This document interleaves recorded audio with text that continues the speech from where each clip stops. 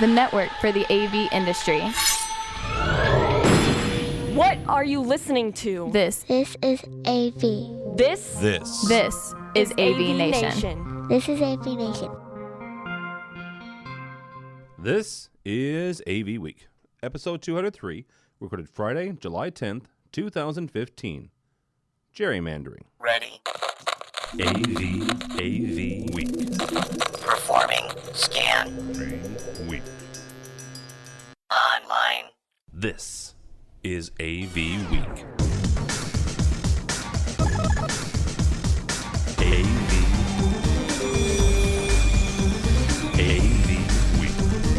This is AVWeek, your weekly wrap-up of audiovisual news and information. My name is Tim Albright. I am your host. With us this week, live from the swamps of Secaucus, New Jersey, Mr. George Tucker, Chief Everything at World Stage in my left side of my brain. How are you, sir? I'm doing fine. I'm not really a chief here, but thank you very much for thinking so. The engineering coordinator, sorry. Yes, there you go. Also with us is editor of AV Technology, Miss Margot Douaihy. How are you, ma'am? Excellent. Just imagine me waving to you through this frozen screenshot here. It's a very nice screenshot. I actually just took it a few hours ago. Well, there you go. Margot's in the midst of renovation, so if you're watching the video portion, that's why. Well, it's a very nice picture. Last but not least, Miss Penny Sitler from Draper. How are you, ma'am? Hello, I'm doing great. Very cool. Penny is or Draper in general is one of our underwriters, and we like to bring them on from time to time. So welcome, ma'am. So we're going to kick this off. First thing up, as well, a bunch of very fine publications put out this week. The announcement that the CEDIA registration is up and running. Actually started a couple days ago. Today is the 9th. Opened on July 8th. So today, just yesterday actually. So here's the thing with this. This is actually be our second year covering the show. Margot and everyone at New Bay has been doing it for a while. Actually, if you didn't know, they're the ones who do the show dailies for both CEDIA and for Infocom. So, Mr. Tucker, we're going to kick this off for you, and here's the reason why. And this is actually kind of why we started covering it in the first place. AVWeek and AVNation is not inherently residential. But George, from the last couple of years of watching CEDIA, what's the significance for folks who are in the pro market for CEDIA? Well, I mean, first of all, it does focus on the residential market, which is no small potatoes, to be honest.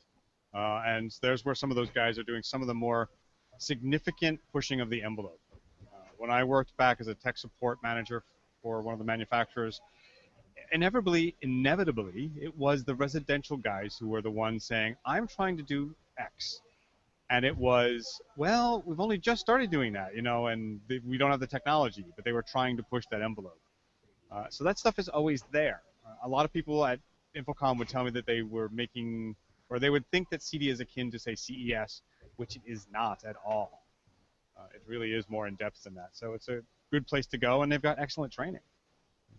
All right, Margot, to George's point, this is not CES, right? And if you don't know what CES is the Consumer Electronics Show. Lots of displays, lots of everything from, I think last year they had USB popcorn makers at CES. So explain to folks who've never been to CEDIA what it is and I guess what it isn't.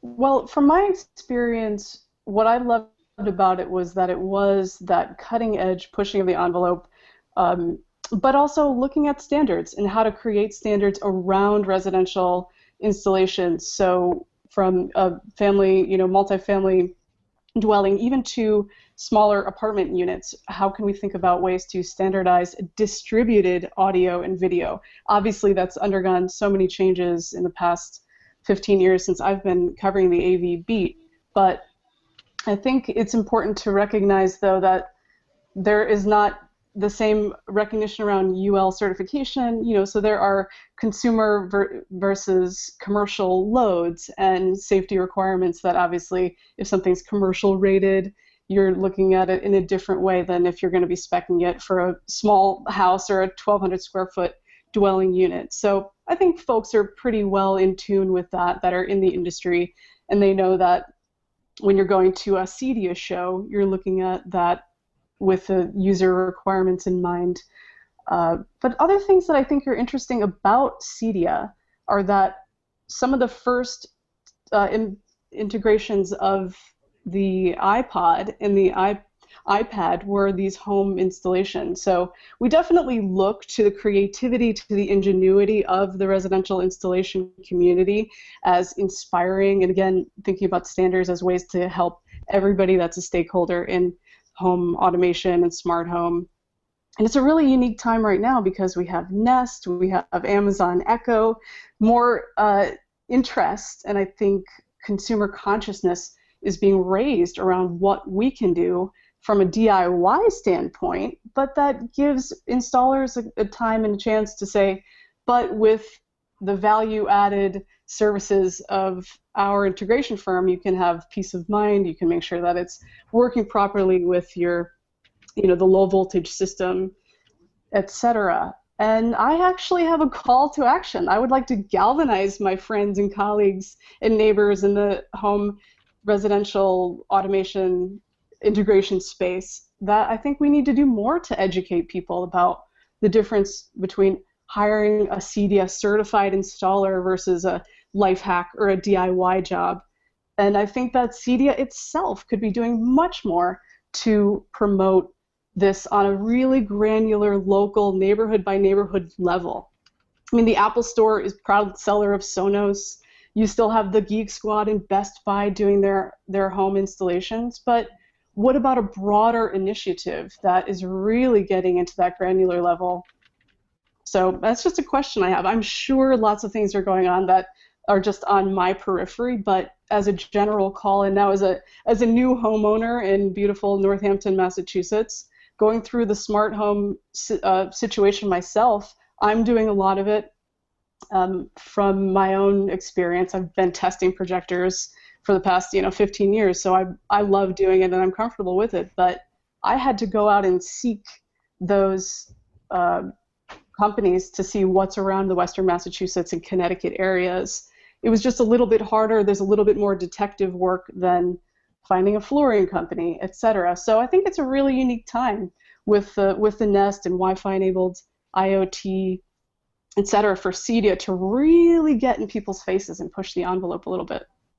Well, and you're someone who works in the industry, so if it was a research job for you, imagine if someone just everyday person who just wanted to add some smart objects to their home. Imagine the trouble they would have finding someone who was qualified, who had the right certifications. Yeah, get on Facebook. It's so much more than going into the CEDIA dealer log, or because then again a homeowner would have to know, okay, well, I'm going to go to CEDIA and plug in my zip code and figure out which vetted, it's like an Angie's List sort of thing. What are the vetted home installation companies that are reputable, that are creative, that have a great gallery of photos and great user reviews and testimonials that I can check out? So there was that detective work on my part, but of course the firms here are fantastic. They have 20 years or 30 years of experience, but there's still such a niche, sequestered and cloistered feeling around home automation and home AV integration. People can have so much better quality of life with their integrated Apple TV, etc. That is so much lower barrier to entry. It used to be so cost prohibitive. It's a really different situation now. I think CEDIA could really have a fun new kind of presence around what do millennials want in their homes and their apartments, and how can we meet those needs? Well, and how can we meet those needs without ripping out 100-year-old walls too? I mean, George and I have praise. Yeah, I mean that's the thing. I'm not picking on Marco. Marco's going through renovation. That's what I'm going through right now. George is 1901 Colonial, George. Mm-hmm. 1901 Colonial, in New York, and it's just, Lathe and plaster. Yeah, exactly. Lathe and plaster. It's not fun. The college I worked for when I was a technology manager, the original construction was the 1830s, 1840s. So imagine that lathe and plaster, if you would please. So that was those were some of the issues we ran into as in the pro, and a lot of people still do in the residential. One of the tips that CEDIA gives us in the 5 tips to kickstart your planning: book your hotel, preview the training schedule. That's always important. Mark your calendar. If you aren't a member of CEDIA, join. And number 1 on that list is preview the exhibitor list. Guess who's an exhibitor? Draper. Penny, from your standpoint, and this is going to sound a little mean, but it's not. I want you to just kind of fill this out.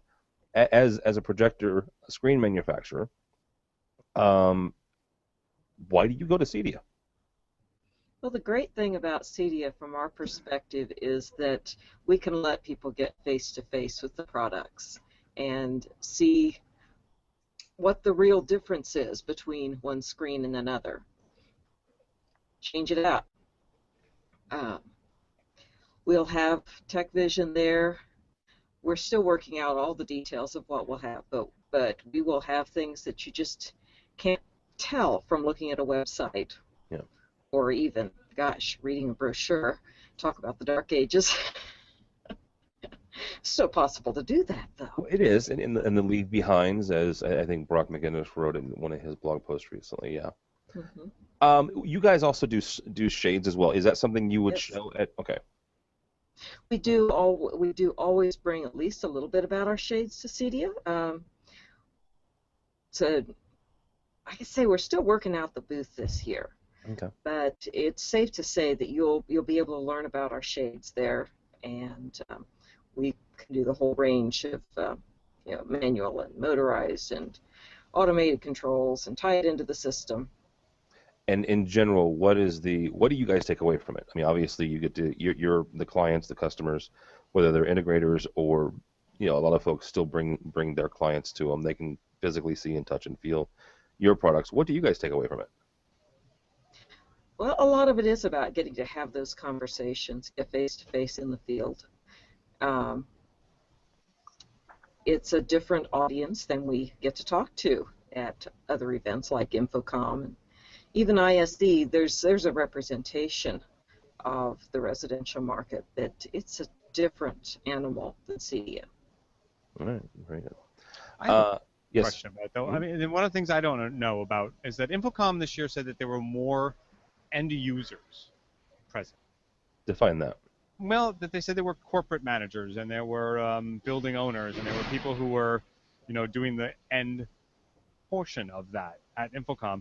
And CEDIA, I don't know if that's true too. Are they inviting the bigger homeowners in? Are they inviting some of the bigger, developers will be there, but that seems like what we were talking about a little bit, right? That there's a more direct connection there? That's a great question, George. And I think that architects have been involved with CEDIA for a long time. I believe there are steering committees and standard committees with designers and architects, so that interior design community, everyone involved on the job site does have some way to interface. But question, bigger homeowners, developers, I'm not sure. That's a really interesting point. Well, and maybe it's not even them. I mean, let's be honest. If you have a $100 million home, you're not going to a trade show. You have people for that, right? I mean, you've got our buddy Rich Fragoso, who calls himself the digital concierge, which I absolutely love, and I would steal in a heartbeat at that title. Yeah, it's awesome. But that's what he does, right? I mean, he goes to Richie is a great CEDIA guy.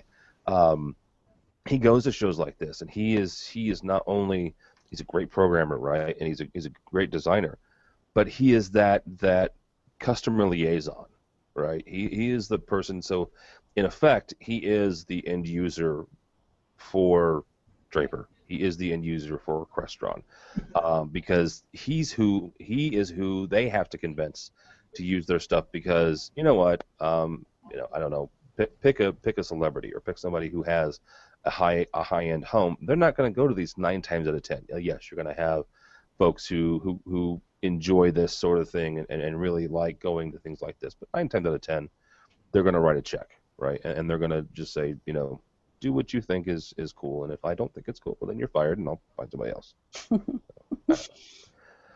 All right. Yeah, we do not see end users come in at CEDIA. It would be a completely different thing, because the quote end users at Infocom are so highly educated. They are people like that AV manager at a university who's on the scale of a lot of dealers, doing just as much work. Yeah. Absolutely. Yeah, absolutely. Alrighty, let's talk about my favorite subject in the whole, at least my current favorite subject in the whole wide world. OLED. God love LG. I mean, yeah, that's just awesome. This is from Reuters. LG Display to invest up to $803 million for a new OLED panel line. Holy cow. I want to say it in the South Korean vernacular, plan to invest up to 900 billion won. That just sounds cool. The plant will produce flexible OLEDs. It's for medium and small size OLED displays. So, Ms. Douaihy, we'll kick this off with you. Whether it's in higher ed or what have you, what does this say about LG's bullishness or bearishness, I guess is the best way to put this? How do you think they see OLED by this investment? I love this news. I was so pleased to read this. I think they're recognizing the importance of mobile, our BYOD culture, and there's obviously debate, benefits of OLED versus LED and LCD. We see LCD having dominance in certain sectors, LED common in phones, but LED has that backlight. You just can't get away from it. OLED produces their own light. It's a pixel by pixel control. I think it's really smart. I'm just worried about battery power. How much, how are they going to power it? It's a very interesting moment that they're really taking a direct and aggressive approach for smartphones and wearables. So we think about that a lot in the higher ed space, as well as corporate, obviously, but it'll be really interesting to see, how they power it. Correct me if I'm wrong, and I often am. Isn't it less power consumption than a typical LED? OLED? Yeah, actually, I think that's probably the reason why cost has been a big factor. So I'm just curious about their strategies, Okay. because once you figure out one piece of the puzzle and then move on. But we saw a lot of OLED displays at Infocom that were just brilliant, really bright.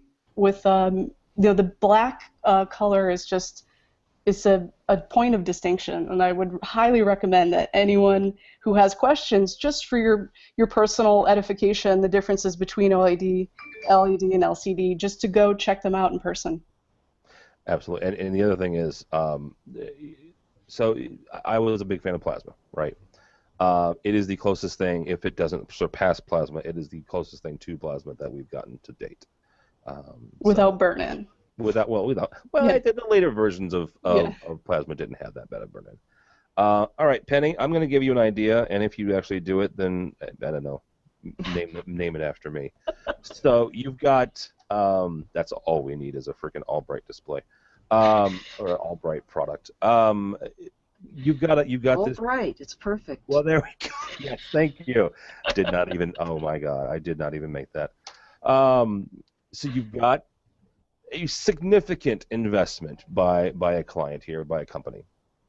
One of the things with OLED that I have held to be at least interesting is the ability to roll it around, and because the diameter that you can put this thing in, and I think you might see where I'm going with this, is the ability to roll it around a roller. So you all could take this same technology and put it around a projection screen roller, and you could have a pull-down OLED display. I'm just saying. So, no, nothing. I got nothing. All right. We've been watching OLED develop for a long time. It'll be interesting if we can ever get it onto a screen. We'd love to.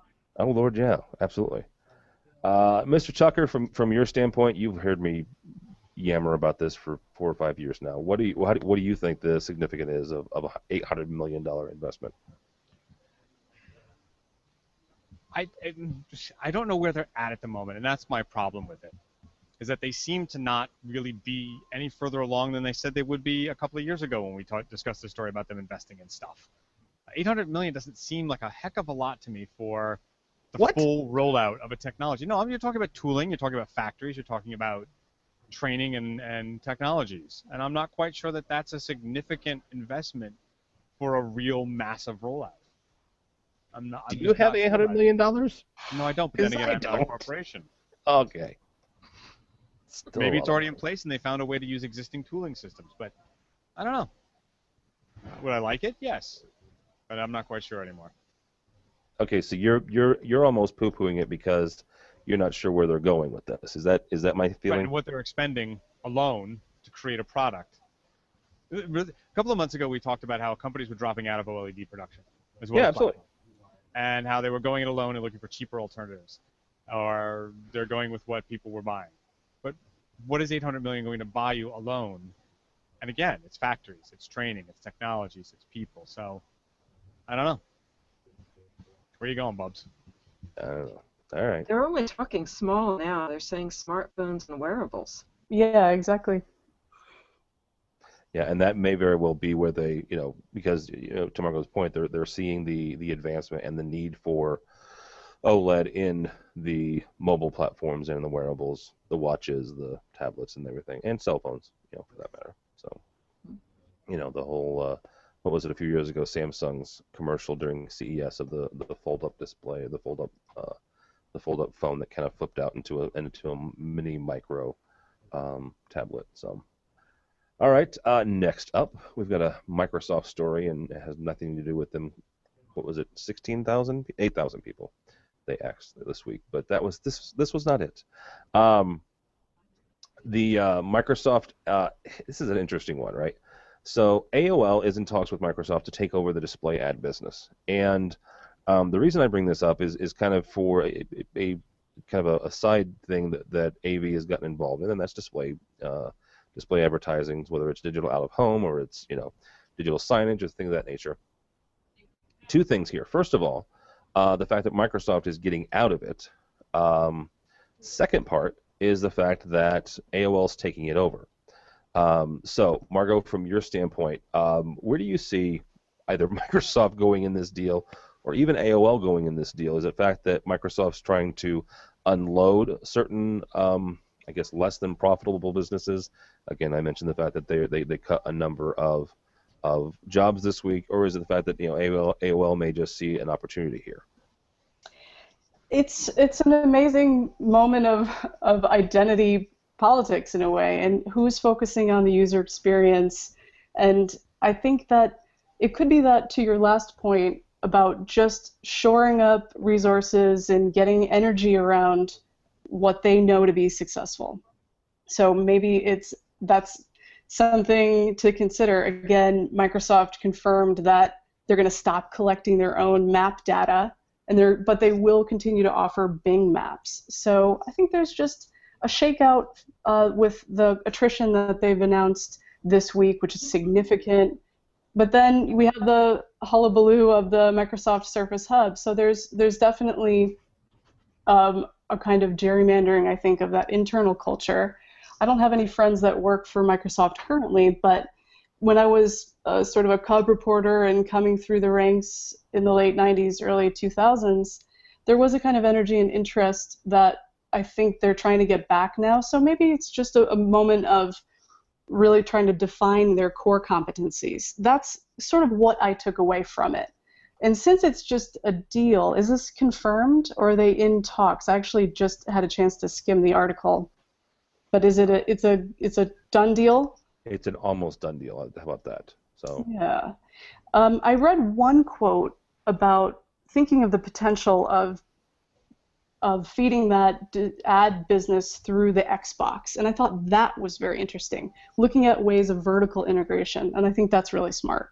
Well, and that's something that they've done for a while, whether it's through the Xbox, and if you've played games for any amount of time in the last 4 or 5 years, one thing that you will recognize is this move to advertising inside the games. Exactly. Whether it's the latest Madden or it's the shoot 'em up games, Grand Theft Auto, where you have actual honest to goodness billboards with actual honest to goodness billboard ads in them. So it's very interesting. And by the way, Margot, I do believe that is the first time gerrymandering has ever been uttered on this very program. So kudos to you. Dude, much more than I came for. More big words. Good night. Mr. Tucker, is she right? Where the fact that Microsoft may be just kind of focusing here? Yeah, and AOL as well. I mean, this is AOL's forte, advertising. Yep. Despite what a lot of people think about AOL or know about them, they are advertising. They bought a number of online advertising technology systems a couple of years back, just around the time they broke from Time Warner. So that's what their focus is, especially even with their hyper-local content that they've been doing. Mm-hmm. Forgive me, I forget the name of what it's called, but it's Bing something, I'm sure. No, yeah, well, it's in association with Bing, obviously. Yeah. So there's a tie-in there to get your digital signage, your research, your data. Again, big data coming into play here about where do you acquire that microcosm of data and be able to pinpoint stuff. And AOL, through those things, has the technology, and it's a partnership with Microsoft, who is shedding some other technologies and other hardware things pretty quickly. Nokia and a few other items that they were sort of getting rid of, saying, yeah, that was a good idea, but not. Well, that's the other thing, is that whole Nokia thing, right? I mean, they spent a boatload of money for that, right? We talked about $800 million for LG. No, this was in the billions of dollars for Nokia because they were going to make their own Windows phones, and they didn't see that. So, Benny, from your standpoint and just from a manufacturer standpoint in general, how do you? I guess the best way to ask this is, how do you successfully spin this off to where it makes sense from a manufacturing standpoint, and you still come out looking good? How do you do that? From I mean, seriously, because you guys, Draper, if you don't know this, if you're just familiar with Draper from Screens and Shades, they make a ton of other things, right? You guys do a lot of sports equipment. So let's say that you were spinning them off, right, or doing something else with them. How would you say that in such a way that you all are great, you all are groovy, you don't work anymore, you're going over there? So. Yeah, we've not done that. No, you have. I didn't say you. We like to just keep growing here. There you go. So yeah, I don't have that direct experience of doing something like that.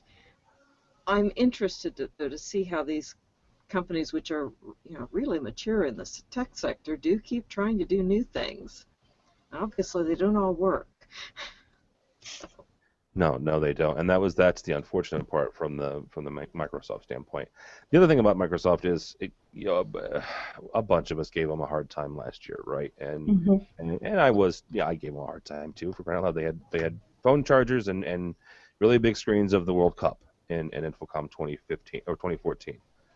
But Brad Grimes from Infocom, I think said it best when he had him on from the show. Nice first step, right, this year. I would say both ISE and Infocom this year.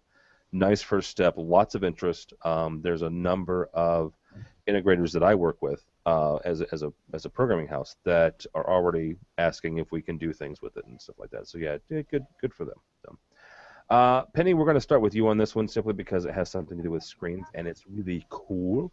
From digitaltrends.com.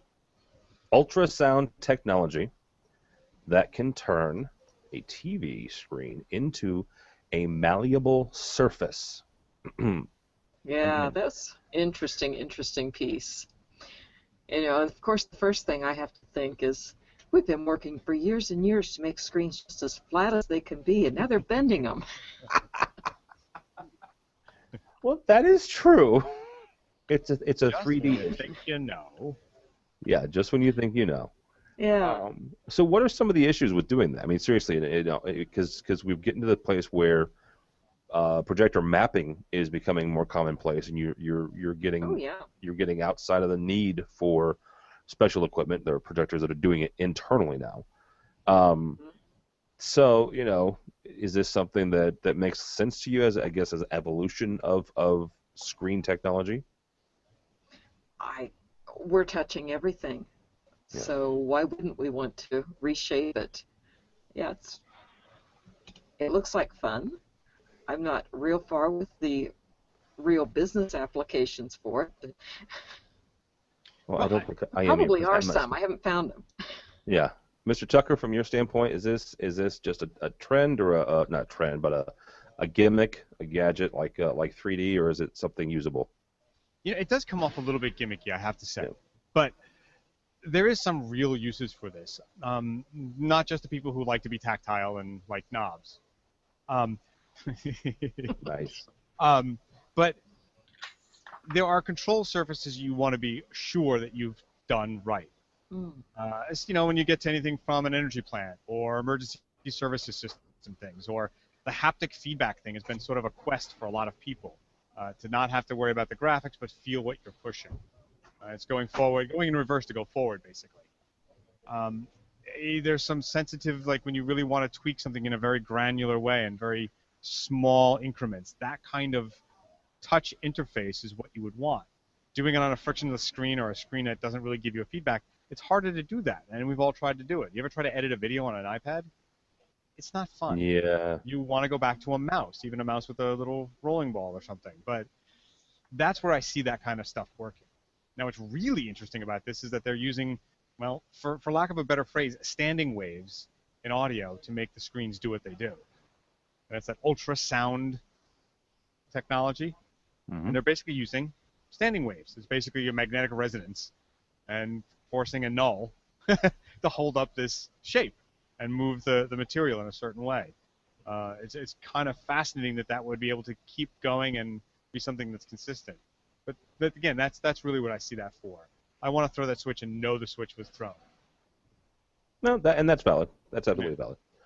Margot, from your standpoint, AV technology or just some of the stuff that you've seen around the industry, is this something that is interesting, or to George's point, that has a decent use case? I think George makes a great point, and Penny as well. I don't see a screen as static, though. I don't see excellent design and an excellent GUI as static. When I first read this article, I thought, this isn't solving a problem for me, because no, maybe I'm not wrapping it like a nanolumens LED wrap, or I'm not warping it.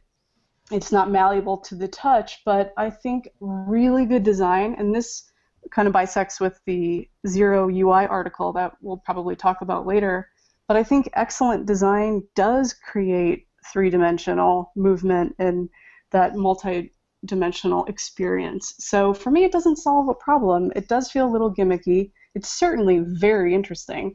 I love anything that's using bleeding edge sound design in unique ways, but again, just thinking of the nuts and bolts of it, questions again, what is the strategy for making it sustainable and for giving it a decent battery life? Those are the kinds of questions that I think of, not to be the skeptic, but they just come to mind. Well, and the sustainable part too is something that I've kind of been watching over the last 6-7 months. I wrote a blog about this a few months ago about green AV, and not just the green AV part of energy consumption, but the green AV part of how it's made, right? It was a story that came out. There was a accident in South Korea with a certain display manufacturer, and released a lot of bad chemicals and injured some folks, and it got me thinking about how things are made. And I had a chance to go see Draper's manufacturing plant, and I didn't exactly see respirators and death suits and stuff. People walking around, with biohazard suits on and stuff like that. So it's important, and Marco makes a good point of how this stuff is really made is getting to be more and more important. I think probably as important, if not more so, than the energy consumption. And people can argue about that, until we're all blue in the face. But that's a very good point, Marco. She mentioned it. This comes from Fast Company, fastcodesign.com. The Zero UI. What is the Zero UI, and why is it crucial to the future of design? Quote unquote. For better or worse, a large amount of design work these days is visual. That makes sense since the most essential products we interact with have screens. But as the Internet of Things surround us with devices that can hear our words, anticipate our needs, and sense our gestures, what does that mean for the future of designs, especially as those screens go away? Interesting, as for someone who programs some of those screens for a living. Mr. Tucker, Zero UI. Where are we going with this? Well, it's intuitive stuff, isn't it? It's really more about knowing exactly what the controller, meaning the person or the thing controlling it, wants to do and anticipating that in some way. They make the example of how two different people might say they want the volume up. An older person, such as me, may want just instinctively think knobs and a sort of circular motion. Others might think, the stroke up to get that sort of volume level up. It really is about predicting, and it's about data in the end. I know they're talking about GUI here. I know they're talking about an interface, but it's really not an interface. It's more predictive and responsive. Isn't it an interface though? Hang on, isn't it an interface though? Even if it doesn't have a screen? Technically, it's an interface because it's doing something at your will, but it's more predictive. It's more associative. So if I say, volume up, it knows that it's not just volume up, but it's also I want it done now, right? That's a bad example, but you get it. Or if I say something quickly, that it means an action that needs to be done quickly. Or if I walk into the house and say, lights kitchen, it knows that I want to go to the sink, and it doesn't have to turn on every light. So do you give your house a first, last, and middle name, so when you call it its full name, it knows it's in trouble? Yeah, I like that. I like that a lot. There was a movie in the 70s about that, right? The house gets angry and does that. But no, in all honesty, though, that's what it's really about, predictive, and that's a lot of that is big data, a lot of that is learning, a lot of that is understanding, and that's still a big leap, I think. We have Siri, we have other voice activation systems, but its ability to understand nuance is still not quite there, and that's really more of a matter, I think, of getting a computer powerful enough in a small enough space and enough programmers to say, here's how you learn. Yeah, there was a piece that I think was in College Humor a few years ago when Siri first became prevalent. It was a comedic piece, let's be honest. It's College Humor, for crying out loud. But it was a married couple using Siri to go back and forth and have a texting fight. And Siri, to her credit, at least again in this comedic piece, did understand the intuitions and did suggest, I think at one point, buying flowers or directions to a flower shop. So we are ways from there. Margot, you mentioned the Zero UI piece. How far away do you think we are from that? I think we're seeing it now. Any IoT that just reads your steps, if it's something like the Fitbit tracker, it's already here in little pieces, and then in some regards with larger deployments.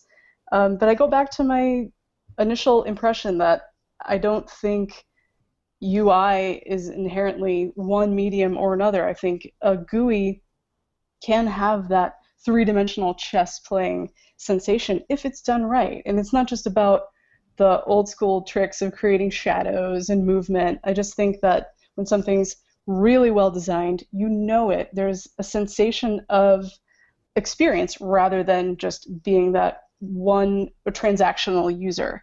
So, but thinking about this piece and putting myself in the position of a lot of our community at AVT, so tech managers in the enterprise, in higher ed. So yesterday interviewed a higher ed manager at NYU. They have 40,000 students. So say how would this work? How would a Zero UI work for a student who might be paraplegic, who cannot use gesture but can use voice, but then thinking about access, thinking about accessibility, thinking about who will this disadvantage and who will it advantage? And say you have someone who is a English as a second language user who wants to say projector on. We have professors of all different nationalities and different voices, etc. So how are you going to code the voice activation to know someone with an accent versus someone without an accent? There's a lot to think about. It certainly shouldn't be a major impediment. It's just that it's all the work that goes into the back end to make it seamless and to make it work flawlessly. It's a Herculean undertaking. But thinking of Siri and how often it works and how often it doesn't, it gives one pause. It gives me pause. But then I am a visual person. I like to think of the screen as having potential in new and innovative ways. And I mean, how would people play Dance Dance Revolution without the screen? You know what I'm saying? We need the screen sometimes. All right. First she gave us gerrymandering. Now she's giving us Dance Dance Revolution. I have to have Margot on every week and just pay her. All right. Penny from. Here's what I want to take. Accept gold bars. That's it. Gold bars. Good Lord. No wonder you work for New Bay. Wow. Nobody else can afford you. Wow. Holy cow. Here's where I want to go with this, and because the Draper has an interesting culture, right? I mentioned that I got to go hang out with them for a day a couple months ago. You had somebody there. What was it? A month or so, about 3 or 4 weeks ago, who retired after 35 years, right? You had a big party for him. What'd you do? You cut off his shirt or his pants or something? People walk around the factory and their friends collect souvenirs from the bottom of the pants leg. That's what it was. Cut off his pants legs, and which was very interesting, by the way. Very interesting pictures. They didn't cut all of his pants off, so don't freak out. No. It's middle of Indiana, for crying out loud. But you have a culture of folks who have been there for years and years and years, right? Yes. As we move into this zero UI interfaces and these technologies, how do you get folks like the gentleman who just retired there for 35 years? How do you move them along? Oh well, the guy whose photo went around on that particular story actually was an engineer, and he'd probably been kind of into it. There you go. But from the design perspective, everything is going to this kind of, you have to have a 3D mentality in design. You can't think linear. You can't design a website thinking linearly anymore. So it seems to me this is a natural progression. This is where we're headed. Yeah, absolutely. We have to think in the 3D chess game. All right, very good. All right, last but not least, before we give Margot a chance to talk about some of her stories, George sent this, and actually George sent me this story like 30 seconds after I read it myself. It was a really cool little serendipitous piece. But the BBC has introduced something, and the BBC has something similar to the New York Times Byte section, which, if you're not aware, New York Times actually has a technology development area themselves. BBC does too. And they've got a micro-bit computer, and they've just released the final design. So this is not Raspberry Pi, but it's very Raspberry Pi-ish. And they're showing off the first prototype.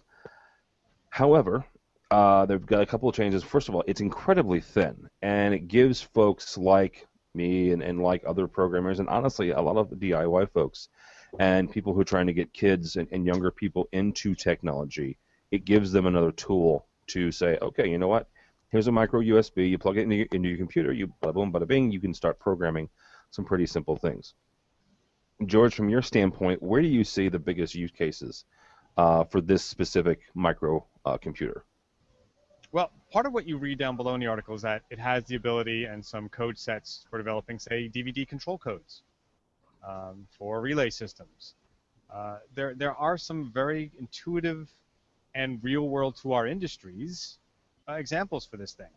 So while Raspberry Pi is great, and so is the stuff from Adafruit and all the rest, these are actually being given out to every, I think they call them 7th year, the 12 and 11-year-old students in Britain.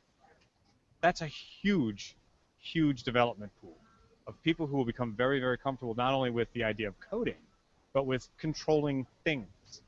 And one of the things that we can probably both kibitz here on in the industry is that you can meet 1,000 computer programmers or people who know Java or people who know some very complex coding systems, but getting them to understand how the code inside controls the outside, it's a really big transition. It doesn't seem like it should be, but it is. And this is something I think that gives us a big leapfrog forward on that kind of stuff. Yeah. So that they can give it to everybody and say, here's something, now learn it, now here's how this controls this. That could mean some really interesting changes for us in the next 5 to 10 years. Where does that 12-year-old who's going to write a iPhone app suddenly writes some kind of new control interface system? there's where it might be interesting. Yeah, absolutely. I'm a big fan of that. And for those of you watching the video, I'm showing a side glance at this one. It's darn near as thin as a credit card, just slightly thicker than a credit card.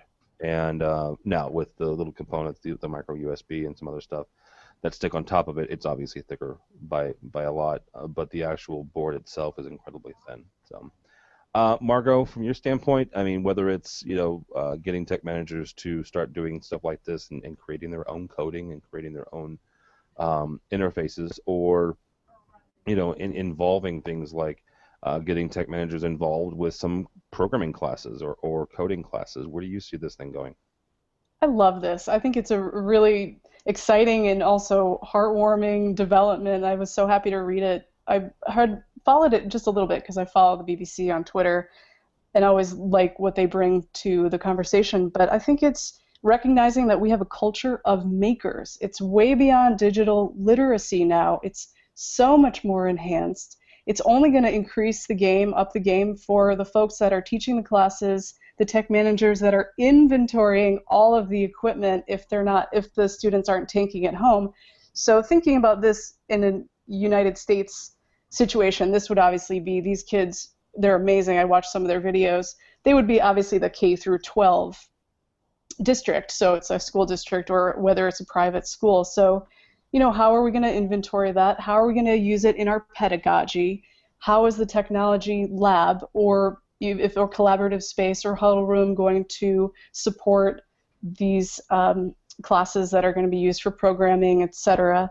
Some of those questions come to mind. But again, if you're enhancing the literacy and that culture of makers from such an early age and giving them incentives and a system around that, we're going to see some incredible developments coming from this generation. Absolutely. And just for the record, pedagogy now is another word that you can track. Penny, you can track. We should do a drinking game with Margot. Penny, sign me up. What do you think of this thing? I love what they're doing with the kids. I think that this will just turn some minds on at just the right point in time. I think I've seen some things done that I don't think are that smart with distributing iPads to kindergartners and so forth like that. Yeah. This seems so much smarter. Yeah. Really unleash some talent. Yeah, and that's the thing I think I'm most excited about. I've got a 9 and a 7-year-old myself. Two things that I actually started doing with them. A buddy of mine at Extron turned me on to a book, a very simple book. It had to be for me, for Python. And I'm actually taking both of my kids through it very slowly. They've got, I bought them some old laptops, and we all three installed a version of Linux on it, and so we're going through this whole very slow process of all of us kind of learning this this programming language very slowly and very purposely. But again, it's one of those things of trying to teach, instill in my kids the kind of the love of at least programming and the languages stuff. So yeah, I'm kind of excited about this. All right, Margot, you are our representative of New Bay for this month. So we're going to have you go through a couple of stories that has you guys over at either AV Technology or AV Network excited, and we'll show them up on the screen as long as I can figure out how to do it. Great. So I could start with a great blog, which really is much more than a blog, but an Infocom of Solutions, and that's by Jonathan Owens. And it's an Infocom 2015 wrap. It's his particular takeaways, but there's some really interesting and provocative content about AVB being underrepresented at Infocom, and some people thinking that Dante perhaps is still a bit of a quote-unquote foreign language.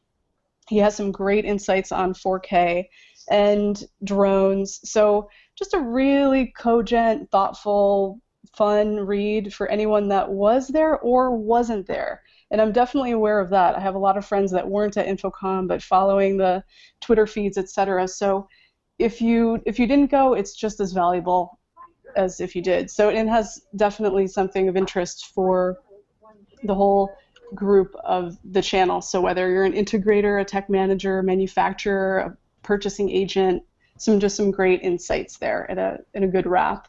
So that's the Infocom of Solutions. The one thing I took issue, not slight issue, I'm somewhat poking fun at Jonathan, but AVB is TSN. Yeah. That's all I'll say about that. So. Yes. In all seriousness, the Avenue Alliance has moved from AVB, which is audio video bridging, to TSN, which is time sensitive. Yeah. So, continue on. But that's actually a really good point because, again, with the alphabet soup of acronyms, there's always a great moment of clarification, looking at the glossaries, making sure we're all on the same page, because I still use AVB. Just this morning I was saying AVB, and then I remembered AVB TSN, but then I thought, we all have that moment of reflection and saying, let's make sure that we're using the most up-to-date and current terminology that really does reflect all of the advances that are happening. I mean, the TSN movement is really interesting, and Dante versus TSN is certainly something that a lot of people are very much invested in. Well, and you guys, I mean, people who report on it aren't the only ones. I mean, you've got manufacturers who either have AVB embedded in their product names, right, in the serial number, in the product name, or it's still on their site, in their literature, in their leave behinds, like we were talking about with Penny. Yeah, and that's of course a perennial conversation. You also have HD based T or HD over IP, and then you have companies saying, well, we offer both. We offer the best of both worlds, or certain people aligning around one flagpole and saying, no, we believe that this is the best way forward for these reasons. So it's very interesting, and I always try to look at it very equally and just see what case by case is required. And so whether it's a Wirestorm matrix switcher that's using HD distribution and control, or whatever it might be, case by case, rather than one standard being the end all be all for that particular application or vertical market or whatever. Very cool. All right, what else do you have? From the AV network POV, the courthouse video, I mean, it's now 2 weeks old, but I'm just really passionate about it because I think that really harrowing footage of the Dylan Roof shooting, etc., is in people's consciousness, and video telepresence, video conferencing is a large part of the story, and I followed it very closely and had a couple of conversations with district attorneys and tech managers who work in the legal sector. And a lot of folks are saying that some of the newer legal facilities are building policies around video arraignments, video testimony, secure video links. So it's a great conversation to have. And so that's why I wanted to bring that up to the community as well, just as a reflection piece. It's an update of a piece we did last year. Tim Kreidel did some excellent reporting for that, and I did a few more interviews and updated it. So that's the courthouse video. And I think I also sent to you a post-ISTE, so the Instructional Technology or Technology in Education conference that was a week and a half ago in Philly, and that was about 21,000 attendees, K through 12, a lot of Google certified educators and ed tech experts. But there was a great blog that came out from a Google certified educator who was speaking about the hashtag Black Lives Matter, but as a larger conversation about inclusion in ed tech. And I think while she's focusing on inclusion in K through 12 school districts in ed tech, but just thinking about what diversity means in an industry such as ours and what framework the AV world could think about inclusion and how we can encourage student interns, in the higher ed space, because a lot of interns or part-time students will work at the help desk. That was when I taught in the university. We were mostly staffed, our help desk was mostly staffed by students. So how do we encourage leadership technology roles among people of color and students who are often underrepresented? Because the AV world is a great potential for career and mobility. They're great jobs to have. So how can we make it more inclusive? Yeah, absolutely. And that's one thing that, it's been interesting to watch over the last few years is kind of the inclusion. It's been written and said by more than one person, so I'm not breaking new ground here. But there is the years past, the AV industry was a bunch of old white guys. That just flat out what it was, and it's been interesting to kind of watch that develop over the last few years. So. Yeah, in your podcast with the women of Infocom, and I think it was Erin Bolton and Megan and Betsy Jaffe was great. I listened to that, and I just so applaud the industry, and I think there's great conversations being had, and I just encourage it and support it. Yeah, absolutely. All right. Well, thank you very much. That's the time we have for this week. That person right there is Margot Douaihy from AV Technology and AV and New Bay magazine. So thank you, ma'am. Thank you. How can people find you and or AV Technology?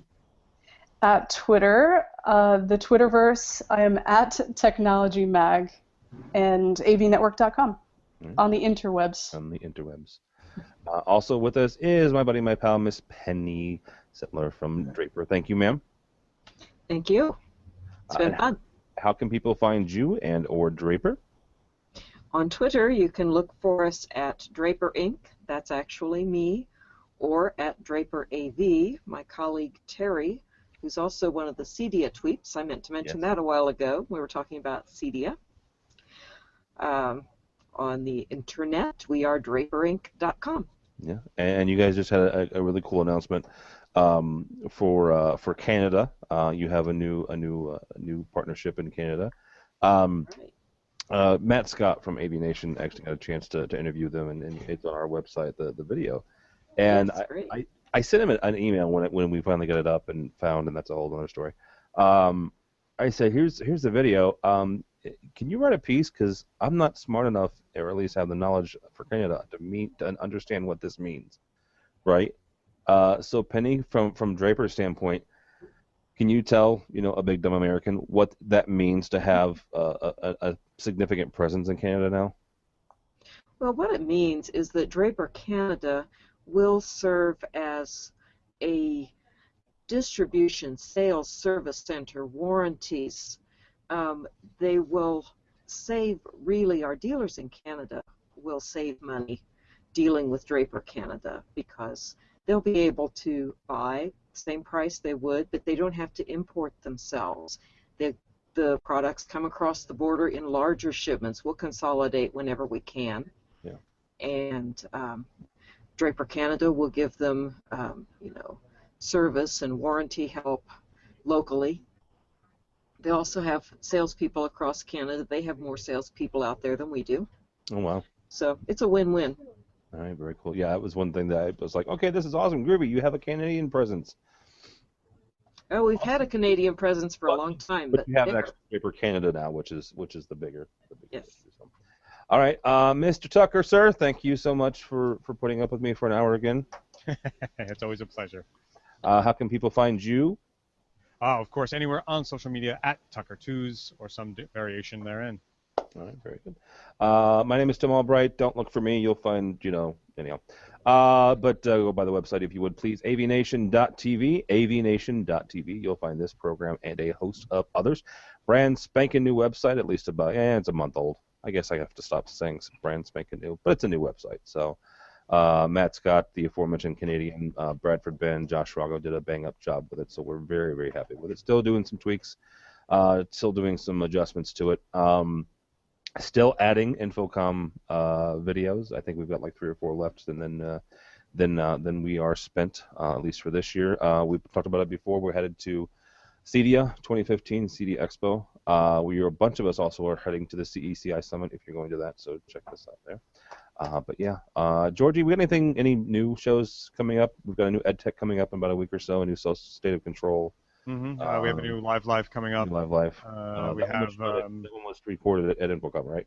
Yeah, and another one that was recorded right after that. So we'll have 2 coming down the pipe very shortly. Yeah, very cool. All right, yeah. So go by the website avnation.tv, avnation.tv. Thanks so much for listening. Thanks so much for watching. This has been AVWeek.